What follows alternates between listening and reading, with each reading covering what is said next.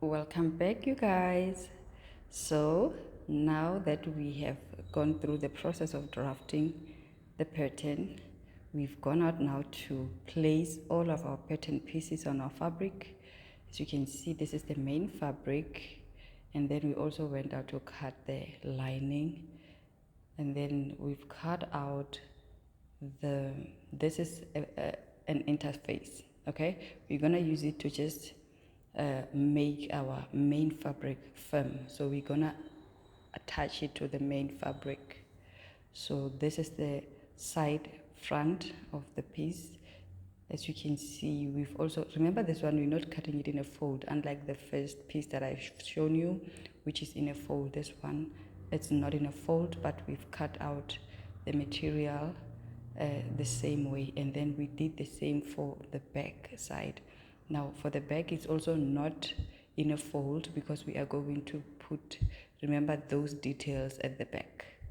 And then also I'm gonna be showing you how we modified our back side, because I was really not so happy with how plain it looked. I think this is where your creativity now comes to play.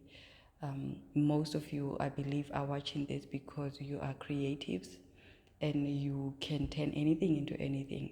So this looks too basic. It's really a simple, basic shirt pattern.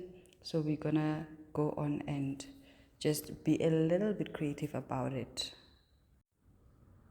So I looked for the midpoint of my shoulder, like so, and I'm gonna make a mark at the midpoint.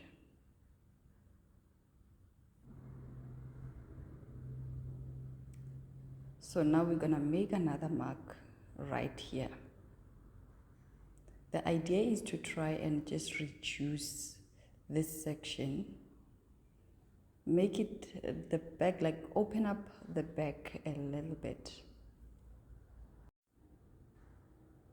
So now we're gonna make a line joining the two marks together, like so.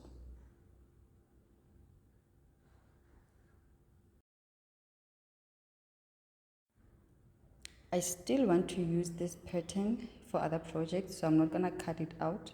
I'm gonna use a tracing wheel just to trace so that I can get that indication from the fabric. So I'm not gonna cut this out, I'm just gonna bend it like this, and then it has marked. You may not be able to see it, but I'm able to see it there.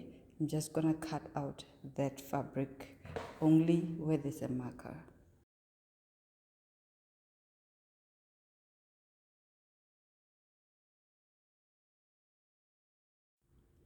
And this is how it looks.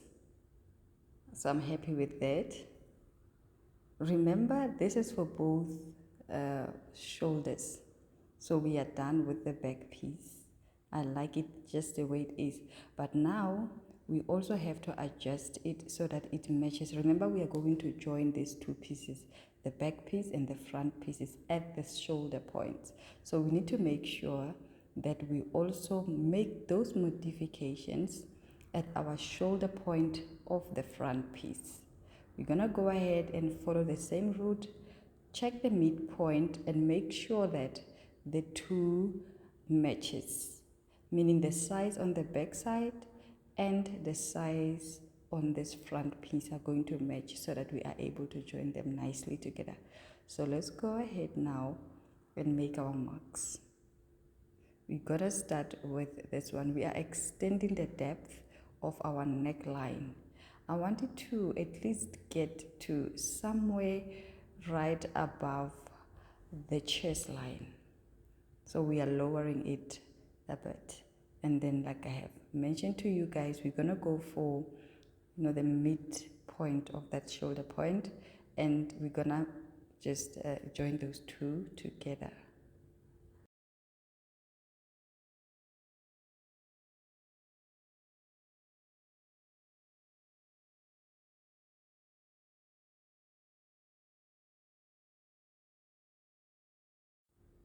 You can also use the tracing wheel here and then go on and just cut out what you need to work on.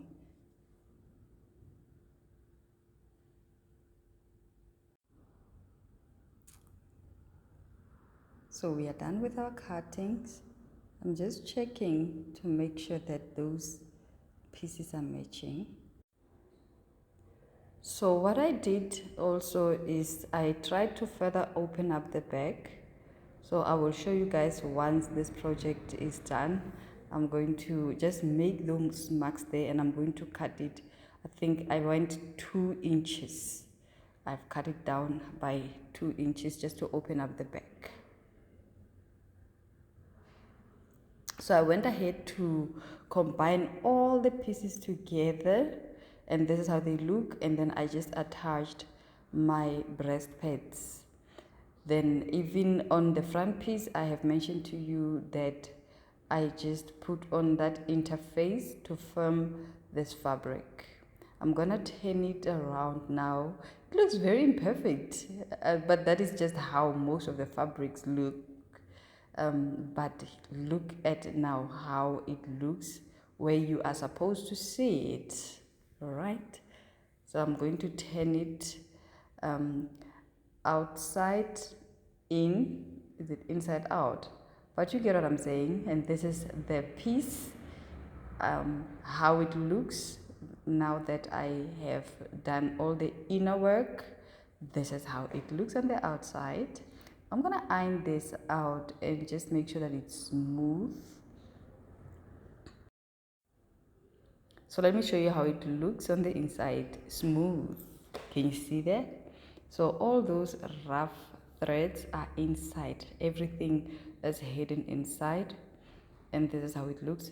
And now for the final piece, for the final work, I'm gonna be folding it in like so, the right sides facing each other. And I'm gonna put my stitch. I'm just gonna make a top stitch all the way. Then I will be done with this process.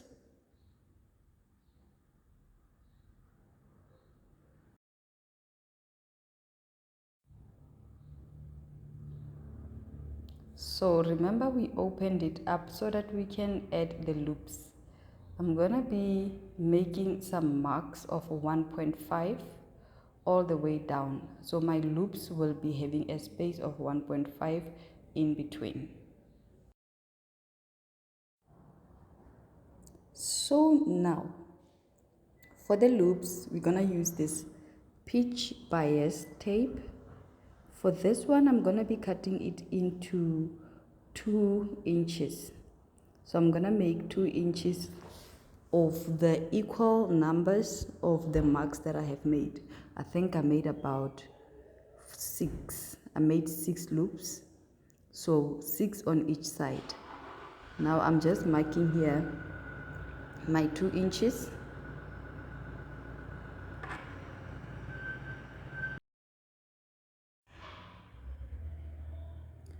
So once you've marked everything and you've cut everything out, you should be having something like this. And then we're going to take it, I'm just going to demonstrate with one and show you how we're going to put it. So it is advisable to open up your lining with your main fabric so that you could have just put this thing there before you closed off the 2 fabrics together. I hope you get what I'm saying.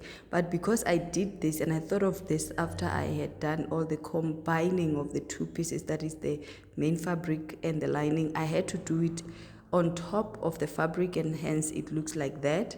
So what I just did, I cut out my main fabric also. I think it was about 2 inches, and then made it look like the bias tape and just covered up those where I had put the loops.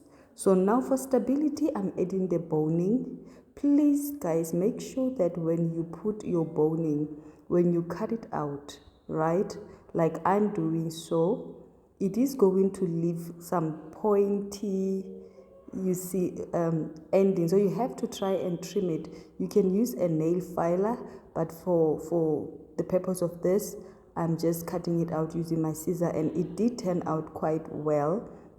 It didn't have those pointies. I was just making sure that, and if you can see, I tried to shorten it a little bit. So I have shortened it a little bit so that I can be able to close up the fabric right here. Okay, then I will be done with this.